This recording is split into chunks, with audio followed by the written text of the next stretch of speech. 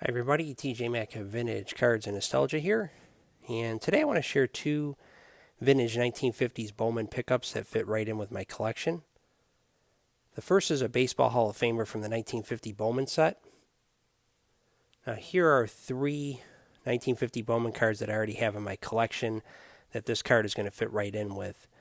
Now I've had the Feller, Henrik, for a while, and then last month I picked up the Ferris Fane. But what these cards have in common, besides being 1950 Bowman cards, is that they're full body images, but they're also depicting movement. Be it you have Henrik swinging a bat, Feller warming up, maybe before a game, and then you have Ferris Fane leaping over first base with the ball planted inside of his glove. And now I'm adding this beautiful card to the group. Here you have the 1950 Bowman Phil Rizzuto, and I picked this card up last week. And at the time, I was actually texting fellow YouTuber Rick Acosta, and I just told him I added this card to my collection. I sent him over a picture of it. And that's one of the great things about this community is that you can connect with other YouTubers and then share in your acquisitions, and I just really enjoy that. And as I've mentioned before, Rick's a great guy. And to me, this is just a wonderful image of a leaping Rizzuto with his left arm stretched to the limit. Now, this is the same image that's used on his 1951 Bowman card. Now, the 51 is just printed from my computer, so pardon the color on it.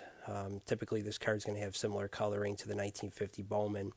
Now, you can see here the card's larger on the 51, and it looks narrower because it is a larger card than the 1950. The 50's spaced out a little better to me. And then you can also see here that one of the players in the background of the 1951 Bowman is cropped out, and then even part of the second player there is cropped out as well. And then also the background of the stadium, there's less open spaces in the background as there are in the 1950 Bowman. Now, I prefer the 50 Bowman to the 51 for that reason, because with him leaping in the air, I like the more expansive view in the background. It just adds to the picture to me, gives it additional life, which I find appealing versus the 1951 Bowman. But both are nice cards. I do not plan to add the 51 Bowman. One is enough for me. I also like the fact that it's from his MVP season from 1950. There's a picture of the back of the card. And Rizzuto definitely was one of the smallest men in baseball, as it says there at the top. He was only 5'6", 160 pounds. Had a great glove, though, and I was reading an article on him in Sport Magazine. I'm going to show the cover of that magazine in a second, where Casey Stengel said he was a better defensive player than Honus Wagner was. He certainly wasn't the hitter that Wagner was, but Rizzuto was good at the plate. He drew a lot of walks, and he could hit the ball to all fields, and Ted Williams had a lot of great things to say about him as well as other contemporary players that played with him. And that's something I really look at when I judge the measure of a player, is how teammates and other players in the league thought of that player, because they know baseball players best, more so than a lot of the writers do, in my view anyway. Now, the Fane and the Rizzuto make quite a pair. I just really enjoy having these two cards together. And Fane, as I mentioned before, won 2 batting titles when he played, so he was a good hitter as well. Not as well liked, certainly, as Rizzuto was. He's quite the opposite. He wasn't a very well liked player, as I talked about a couple videos back. But these cards complement each other in my collection, because you can see the images, and then I also have the magazines that complement one another as well.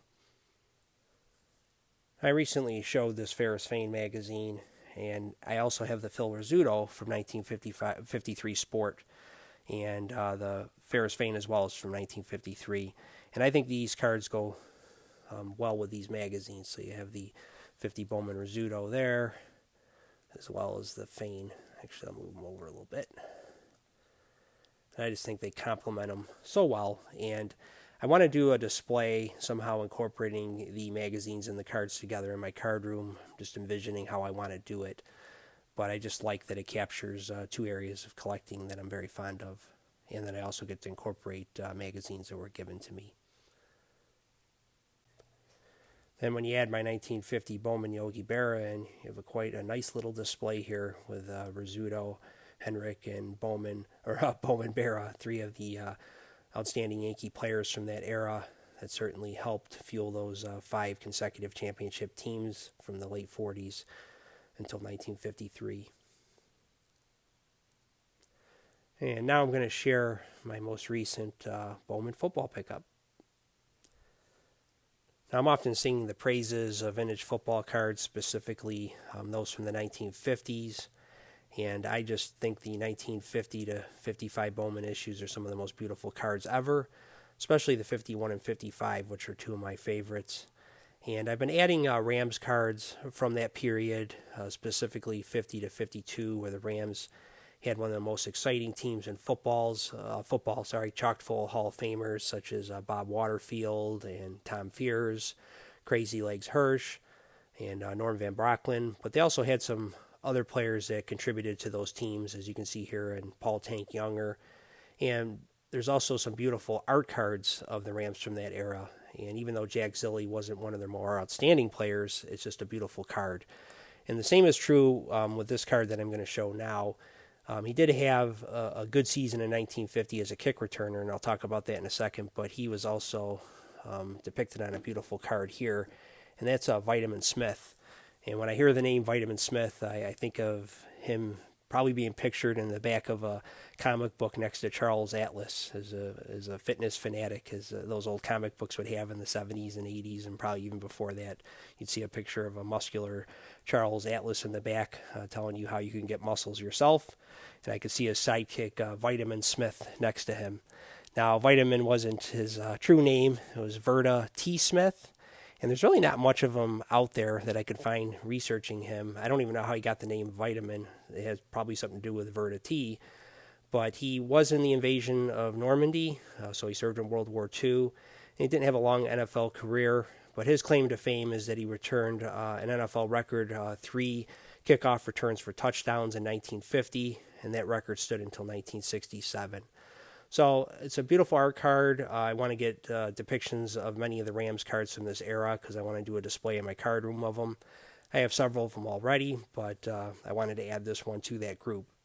So I know I have some fans of football from this era out there. Specifically, I know Vintage on Vintage Steve really likes these cards a lot.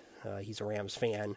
And, of course, my buddy Rick Acosta and Chris from Stories and Cardboard like the Rams teams from this era as well.